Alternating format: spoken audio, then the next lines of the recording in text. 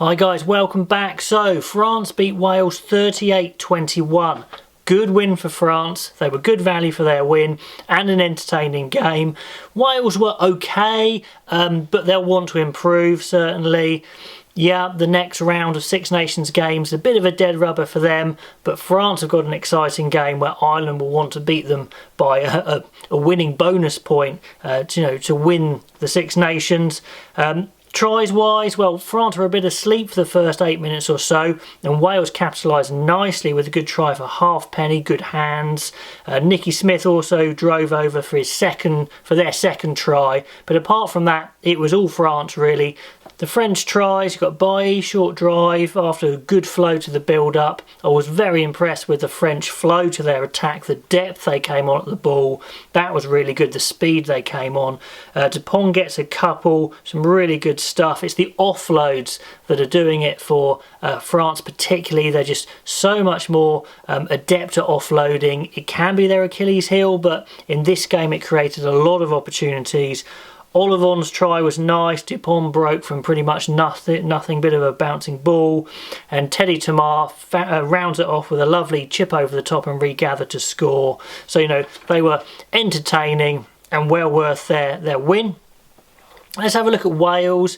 They were solid. I mean, they weren't terrible, they were solid, but to beat France, when France are playing like that, you've got to be better than solid. So I think that's really the work on there. They've got to be a bit better. A few line-out issues, not awful. Scrums were okay, so no massive issues there. It was more the general play where France just outplayed them, really.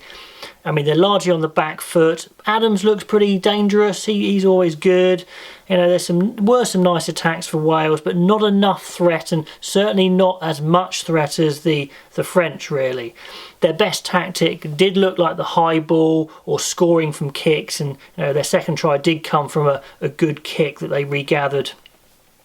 Player-wise, Alun Jones was solid, deliberately annoyingly physical as he is. Jonathan Davis tackled well at 13. I was watching him closely, so he did his job well. Didn't look fully fit, so we didn't see him in attack. The back row's classy for Wales. Tipperick, Faletau. I thought Wainwright did well actually. Good line-out option. Webb looks classy. Like I said, Adams. Front row, jury's out. Not sure how they stack up against the best in the world. We'll see.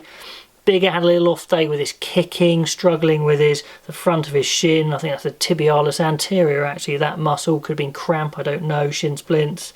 An okay day at the office for Wales, but France had an excellent day at the office, and that was a difference.